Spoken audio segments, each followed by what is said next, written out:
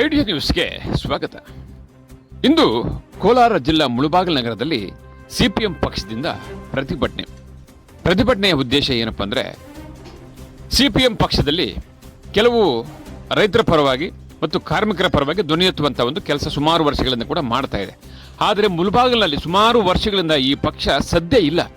ಆದರೆ 2-3 ದಿನಗಳಿಂದ ಇತ್ತೀಚೆಗೆ ಒಂದಷ್ಟು ಸದ್ದು ಮಾಡ್ತಾ ಇದೆ. ಇನ್ನೇನು ಚುನಾವಣೆ ಹತ್ರಕ್ಕೆ ಬರ್ತಾ ಇದೆಯಲ್ಲ, ಈ ಸಂದರ್ಭದಲ್ಲಿ ಎಲ್ಲೋ ಒಂದ್ ಕಡೆ ಅದರ ಪಕ್ಷದಲ್ಲಿ ಒಂದಷ್ಟು ರಾಜಕಾರಣಿಗಳು ಮತ್ತೆ ಮುಖಂಡರುಗಳು ಅವರು ಇವರು ಸ್ವಲ್ಪ ಸದ್ದು ಮಾಡ್ತಾರೆ. ಚುನಾವಣೆ ಹತ್ರ ಬಂದಾಗ ಮುಳಬಾಗಿಲಿನಲ್ಲಿ ಕೆಲವು ಪಕ್ಷಗಳು, ಕೆಲವು ಸ್ವತಂತ್ರ ಅಭ್ಯರ್ಥಿಗಳು ಬಂದು ಇಳಿಯೋದು, ಸದ್ದು ಮಾಡೋದು, ಮತ್ತೆ ಏನೋ ಒಂದು ಮಾಡೋದು, ಇವೆಲ್ಲ ಕೂಡ ನಡೀತಾ ಇದೆ. ಇವತ್ತೇನಲ್ಲ, ಸುಮಾರು ವರ್ಷಗಳಿಂದ ಕೂಡ ಮುಳಬಾಗಿಲಿನಲ್ಲಿ ಈ ರೀತಿ ನಡೀತಾ ಇದೆ. ಚುನಾವಣೆ ಏನೋ 1-2 ವರ್ಷ ಇದೆ. ಈ ಸಂದರ್ಭದಲ್ಲಿ ಈಗ ಸ್ವಲ್ಪ ಸದ್ದು ಮಾಡ್ತಾ ಇದೆ. ಆಯ್ತು, ಮಾಡಲಿ, ಒಳ್ಳೇದೆ. ಸುಮಾರು ವರ್ಷಗಳಿಂದ ಇಲ್ದಿರತಕ್ಕಂಥ ಸದ್ದು ಕೇವಲ ಕೆಲವು ದಿನಗಳಿಂದ ಪ್ರಾರಂಭವಾಗಿದೆ ಅನ್ನೋದು ಮುಳಬಾಗಿಲು ಜನರ ಒಂದು ಸದ್ದಾಗಿದೆ. ಸಿಪಿಎಂ ಪಕ್ಷ ರಾಜ್ಯದಲ್ಲಿ ಎಲ್ಲೋ ಒಂದ್ ಕಡೆ ಇದೆ, ದೇಶದಲ್ಲಿ ಕೂಡ ಎಲ್ಲೋ ಒಂದ್ ಕಡೆ ಇದೆ. ಆದರೆ ಮುಳಬಾಗಿಲಿನಲ್ಲಿ ಸಿಪಿಎಂ ಪಕ್ಷ ಇತ್ತು, ಅದರಲ್ಲಿ ಒಂದು ಮುಖಂಡರು ಕೂಡ ಇದ್ರು. ಅವರೇ ಪತ್ತೆ ಇಲ್ಲದೆ ಬೇರೆ ಪಕ್ಷಕ್ಕೆ ಹೋಗಿ ಮತ್ತೆ ಕೂಡ ಇವತ್ತು ಸಿಪಿಎಂ ಅಲ್ಲಿ ಎಲ್ಲೋ ಒಂದ್ ಕಡೆ ಕಾಣಿಸ್ಕೋಬಹುದು. ಹೇಳಕ್ಕಾಗಲ್ಲ. ಪಕ್ಷ ಇದು ರೈತರ ಪರವಾಗಿ, ಕಾರ್ಮಿಕರ ಪರವಾಗಿ ಇರತಕ್ಕಂಥ ಪಕ್ಷ, ಎಲ್ರಿಗೂ ಇಷ್ಟನೇ. ಆದರೆ ಈ ಸರ್ಕಾರ ಬಂದು, ರಾಜ್ಯದ ಕಾಂಗ್ರೆಸ್ ಸರ್ಕಾರ ಬಂದು 2.5 ವರ್ಷ ಆಯ್ತಲ್ಲ, ಎಷ್ಟು ಹಗರಣಗಳು ನಡೀತಾ ಇದೆ. ವಾಲ್ಮೀಕಿರ ದುಡ್ಡು ಕೋಟ್ಯಾಂತರ ರೂಪಾಯಿ ಹೋಯ್ತು, ಅವತ್ತು ನಮ್ಮ ಸಿಪಿಎಂ ಪಕ್ಷ ರಸ್ತೆಗೆ ಬರಲಿಲ್ಲ. ದಲಿತರ ದುಡ್ಡು ಕೋಟಿ ಹೋಯ್ತು, ಅವತ್ತು ಕೂಡ ನಮ್ಮ ಸಿಪಿಎಂ ಪಕ್ಷ ಮುಳಬಾಗಿಲಲ್ಲಿ ಕಾಣಲಿಲ್ಲ.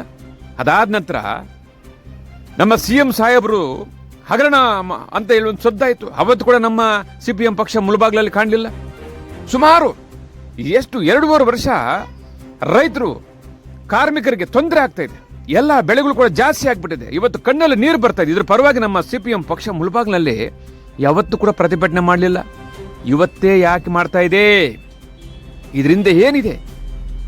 ಯಾವುದೋ ರಾಜಕೀಯ ಪಕ್ಷಕ್ಕೆ ಎಲ್ಲೋ ಒಂದ್ ಕಡೆ ಶಾಕಿಂಗ್ ಕೊಡೋದಕ್ಕೆ ಈ ಒಂದು ಪ್ಲಾನ, ಅಥವಾ ಚುನಾವಣೆ ಬರ್ತಾ ಇದೆ, ಚುನಾವಣೆಯಲ್ಲಿ ಯಾರೋ ಒಬ್ರು ಕಂಟೆಸ್ಟ್ ಮಾಡ್ತಾರೆ ಅನ್ನೋದಕ್ಕೆ ಪ್ಲಾನ?